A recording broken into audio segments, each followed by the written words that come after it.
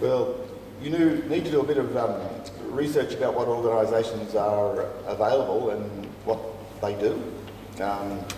It's pretty useful to know someone who's had some dealings with organisations that you propose to have something to deal with, because there's always, you're going to hear from their side of the coin, but it's always useful to know both sides of the counter, so you get a better feel for who's what.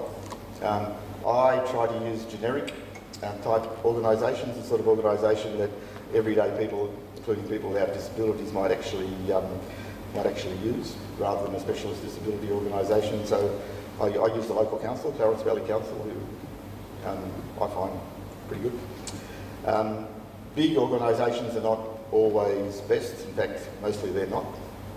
Big organisations tend to be of a one-size-fits-all type of nature. They tend to be process-driven, and they often get very confused about what they are. Small tends to be much more personable and flexible, and they're much more aware of their strengths and shortcomings, but there's exceptions to all of that. And often what's probably most important is having someone within that organisation who you think is on your side and understands where you're coming from. You should always take the initiative and take someone with you. To wait for an organisation to come up with a bright idea could be to wait for ever. So the initiative really belongs to you, even though you hope it doesn't, but mostly it does.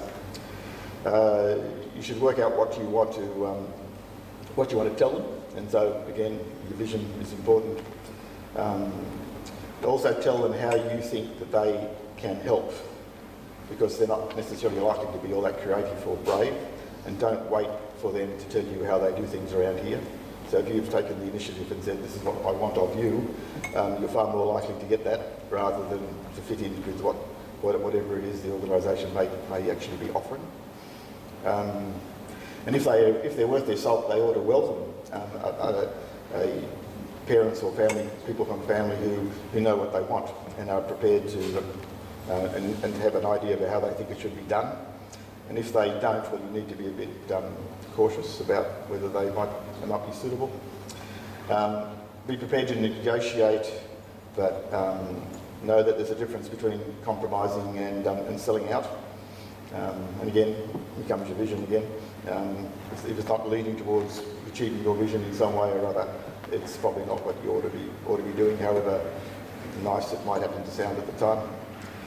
And despite all of your eloquence and the compulsion of your advocacy, some organisations won't be welcoming.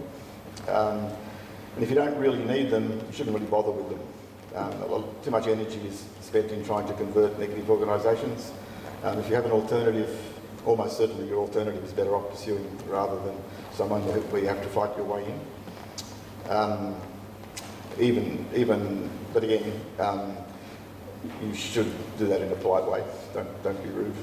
But there's some things like schools where the attendance or participation of your family member is really not negotiable, and who may not necessarily be friendly. And so things in that sort of situation can get tougher. It can be useful to find out what their fears are, because often their fears are something that you would never have imagined and can be very easily resolved. So taking a friendly expert along might be able to help with some of that sort of stuff. Don't give up too soon. You need to be tenacious, but again, never rude. And don't give anyone a personal reason to not like you, or to say no because the conversation becomes confused. So know your rights, but don't use that as the leading argument, because that'll be interpreted as a threat.